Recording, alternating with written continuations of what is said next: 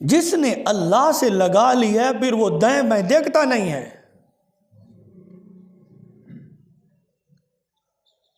جس کا تعلق اللہ کے ساتھ جڑ گیا ہے، جس کا رابطہ اللہ کے ساتھ ہو گیا ہے، اس کو پھر دائیں بائیں جانے کی ضرورت نہیں رہتی. پھر اسی کے ساتھ ساتھ جس کا تعلق مدینے والے سے ہو گیا ہے، جس کا رابطہ مدینے والے سے ہو گیا ہے، اس آدمی کے اوپر کبھی خزاں نہیں آ سکتا، بہار ہی بہار رہے گی.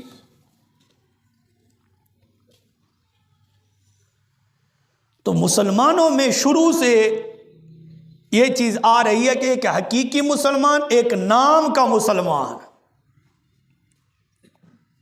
کلمہ تو پڑھا ہے لیکن کلمے نے جو کہا اس پہ عمل نہ کیا. دین کو مانا، اسلام کو مانا، لیکن دین اسلام نے جو کہا اس سے نہ رکا.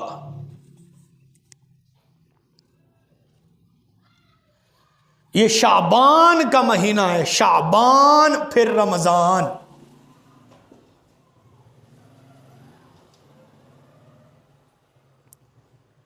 اس مہینے کی بھی بڑی فضیلت ہے. رمضان تو ویسے پھر اللہ کا مہینہ، اس کی ہر گھڑی، اس کا ہر لحظہ، ہر منٹ، ہر سیکنڈ اللہ کی رحمتوں سے خالی نہیں ہے، اللہ کے فضل سے خالی نہیں ہے.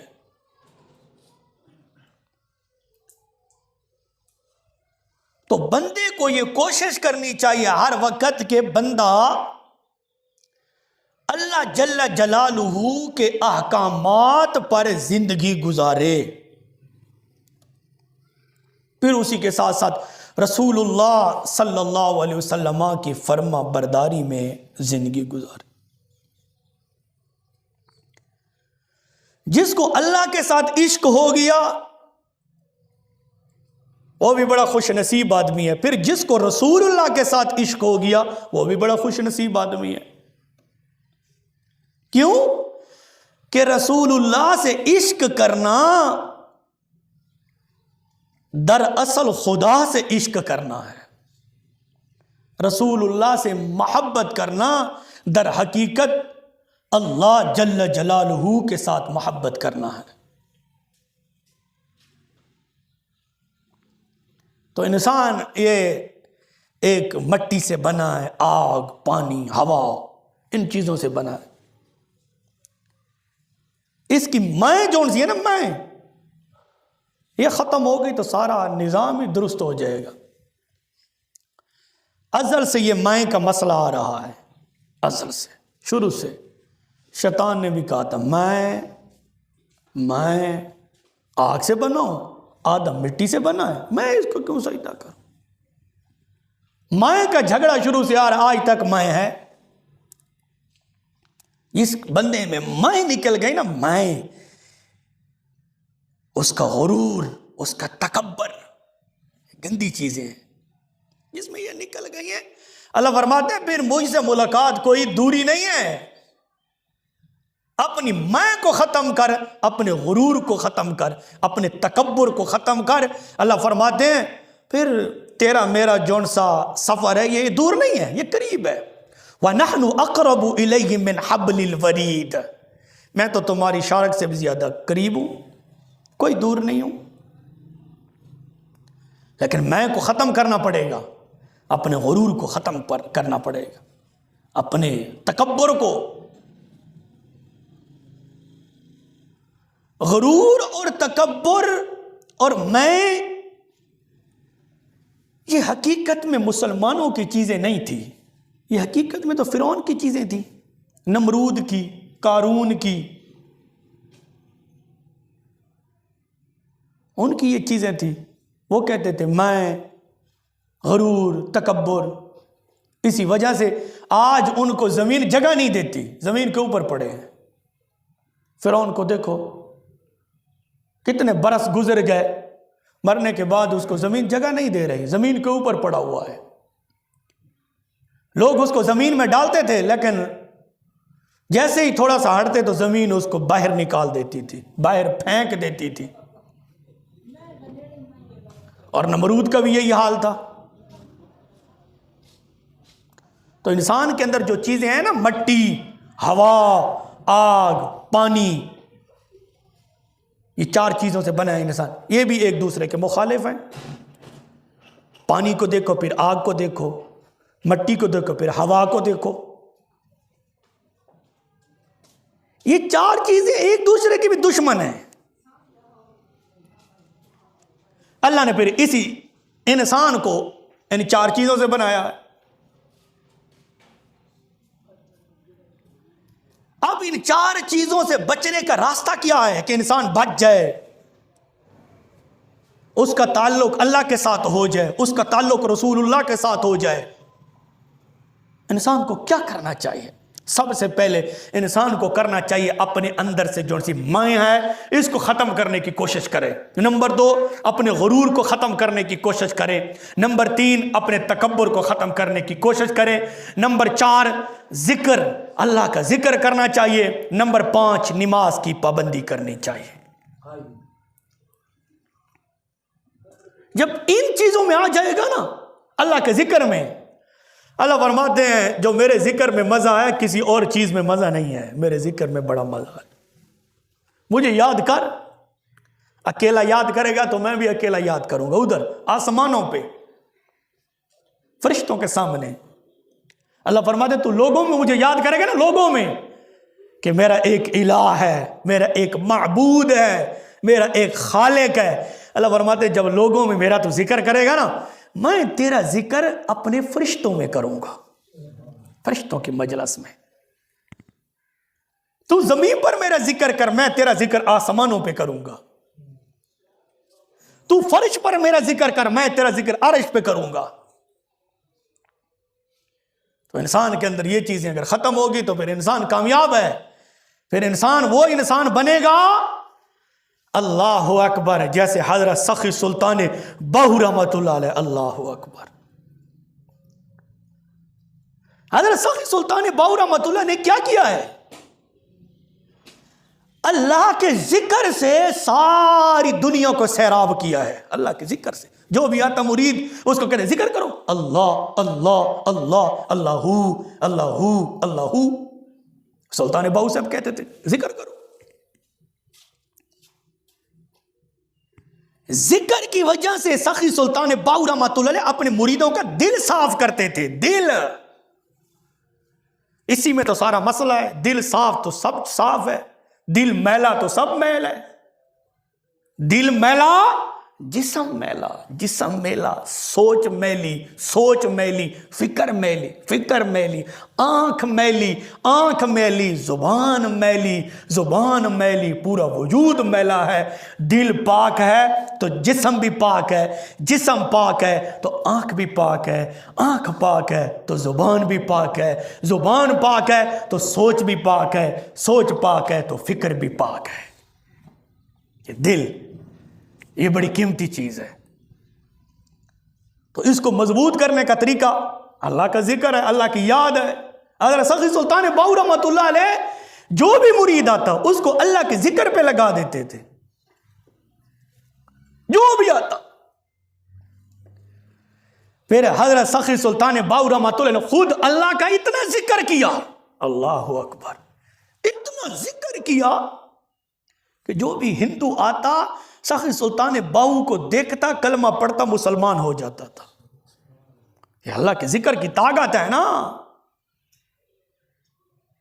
پھر یہ لوگ جیسے حضرت سخی سلطان باہو رحمۃ اللہ علیہ، یہ پھر لوگ بیٹھے زمین پر ہوتے ہیں، اللہ کے فرشتوں کو بھی دیکھ لیتے ہیں کہ وہ آسمانوں پر جا رہے ہیں، آسمان سے اتر رہے ہیں۔ یہ لوگ فرشتوں کو بھی دیکھ لیتے ہیں۔ حضرت داتا علی حجویری رحمۃ اللہ علیہ جیسے، یہ ان فرشتوں کو دیکھ لیتے ہیں جو نیکیاں اور بدیاں اللہ کے دربار میں لے کر جا رہے ہوتے ہیں۔ ہمارے اعمال نامے اللہ کے دربار میں لے کر جا رہے ہوتے ہیں تو اللہ والے ان فرشتوں کو دیکھ لیتے ہیں جو ہمیں نظر نہیں آتے۔ کیوں؟ ہماری نظروں میں گندگی ہے، پلیدگی ہے، مائل ہے. ان لوگوں نے آنکھوں کو پاک کیا، دل کو پاک کیا، پورے وجود کو پاک کیا. اللہ نے فرمایا تم نے اپنے وجود کی حفاظت کی ہے، تم نے اپنے جسموں کی حفاظت کی ہے. اب ہاتھ تمہارا ہوگا، طاقت میری ہوگی. اللہ نے فرمایا آنکھ میری ہوگی، طاقت تمہاری ہوگی. اب جدھر دیکھو گے، اللہ فرماتے ارادہ کرو گے کام ہو جائے گا. ارادہ کرنا تمہارا کام ہے، کام کرنا رب نے فرمایا میرا کام ہے. تو انسان اپنے اندر سے مائیں کو ختم کرے، غرور اور تکبر کو ختم کرے، بس اللہ کے ذکر میں لگ جائے، نماز کی پابندی کرے. نماز جان بوجھ کر نماز کو چھوڑ دینا شراب پینے سے بڑا جرم ہے، بڑا جرم ہے. جان بوجھ کر نماز کو چھوڑ دینا شراب پینے سے بڑا جرم ہے.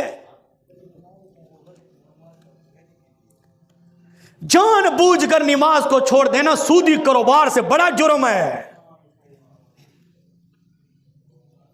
اتنا بڑا گناہ ہے. صحابہ اللہ کے نبی صلی اللہ علیہ وسلم کے غلام جب ان کی نماز کوئی رہ جاتی نا روتے تھے کہ نماز کیوں رہ گئی.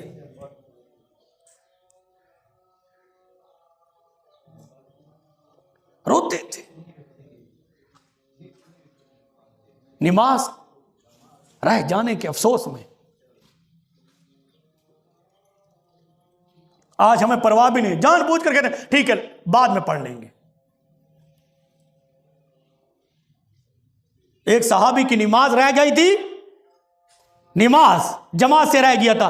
پھر اس نے کیا کیا، اس نے ساری رات نیت باندھی کھڑا ہو گیا اللہ اکبر. رو رہا ہے کھڑا ہے نوافل میں، رو رہا ہے کھڑا ہے نوافل. جب صبح کا ٹائم ہوا اللہ کے نبی صلی اللہ علیہ وسلم جب نماز پڑھانے کے لیے تشریف لائے تو فرمایا میرا غلام تیرے رونے سے آسمان کے فرشتے بھی رو رہے تھے. تیرے رونے سے آسمان کے فرشتے بھی رو رہے تھے. یہ جذبہ ہے ایمانی، یہ ایمان کی قوت کی علامت ہے کہ بندہ نماز رہ جائے تو وہ افسوس کرے، روئے. یہ ایمان کی علامت ہے، یہ ایمان کی قوت کی علامت ہے، یہ ایمان مضبوط ہونے کی علامت ہے. اور نماز رہ جائے جان بوجھ کر چھوڑ دے اور کہے کہ کوئی بات نہیں ہے، سمجھ لینا کہ ایمان کمزور ہے، سمجھ لینا کہ ایمان کمزور ہے. ایمان کامل ہوتا تو یہ نہ ہوتا. تو انسان کے لیے کامیابی اسی میں ہے اپنی میں کو ختم کرے، غرور تکبر، اللہ کے ذکر میں لگ جائے، نماز کی پابندی کرے، نماز کی. پھر اولاد کو نماز کا حکم دے. والدین کے اوپر فرض بنتا ہے، والدین کی ذمہ داری ہے کہ اولاد کے اوپر نماز پر سختی کریں. آج کتنے لوگوں کی اولاد بگڑی ہے لیکن قصور اپنا ہے. قصور اپنا ہوتا ہے کہ ہماری ذمہ داری کیا ہے کہ جب اذان ہو رہی ہو تو ہم نے خود بھی نماز کی نیت نہیں کی، اولاد کیسے کرے گی؟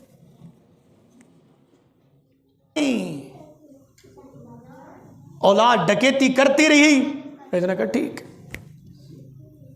حرام کا کاروبار کرتے رہے، انہوں نے کہا ٹھیک ہے. لوگوں کو تنگ کرتے رہے، انہوں نے کہا ٹھیک ہے. جھوٹ بولتے رہے، انہوں نے کہا ٹھیک ہے.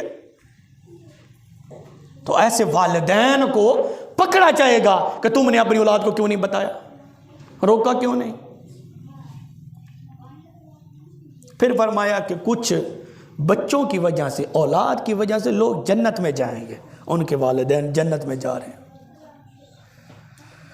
فرمایا وہ اولاد جن کو والدین نے اچھے کاموں پر لگایا ہے، نماز کا کہا، ذکر کا کہا، رزق حلال کی ترغیب دی، اچھے کاموں کی دعوت دی. فرمایا ان بچوں کی وجہ سے اللہ پاک ان کے والدین کو بھی جنت میں بھیج دیں گے. والدین کی ذمہ داری ہوتی ہے نا. سب سے پہلا استاذ و والدین ہوتے ہیں. 4 سال 5 سال 6 سال 7 سال 8 سال 9 سال تو والدین کے پاس بچے رہتے ہیں. اس کے بعد پھر استاذ کے پاس آتے ہیں. پھر استاذ کے بعد گھنٹہ 2 گھنٹے 3 4 5 6 گھنٹے ہوتے ہیں بچے. سارا دن تو امی ابو کے پاس ہوتے ہیں. اگر 4 گھنٹے استاذ کے پاس ہوں تو 20 گھنٹے تو گھر میں ہوتے ہیں. اور ان 20 گھنٹوں میں اگر ارطغرل والا ڈرامہ ہو، فلاں ڈرامہ ہو، فلم ہو، گانے ہو وغیرہ وغیرہ، فیس بک ہو، ٹک ٹاک ہو، ان 20 گھنٹوں میں اگر والدین گھر میں یہ چیز بچے کو دیں، وہ استاد والے 4 گھنٹے اس کو قاری بنائیں گے. وہ 4 گھنٹے کچھ نہیں کر سکیں گے. کہ سب سے پہلے اس کی تربیت گھر سے کیا ہو رہی ہے. جو گھر میں اس کی تربیت ہوگی 4 گھنٹوں سے کچھ نہیں ہوگا. 4 گھنٹے صرف وہ سیدھا رہے گا، 4 گھنٹوں کے بعد پھر اسی طرح ہوگا. تو یہ بھی والدین کی ذمہ داری بنتی ہے. آج اس ذمہ داری کو کسی نے سوچا بھی نہیں ہے.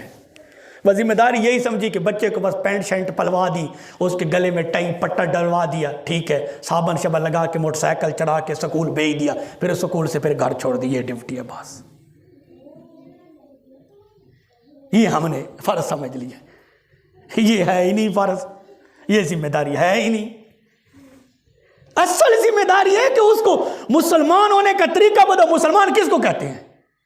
دین کیا ہے؟ اسلام کیا ہے؟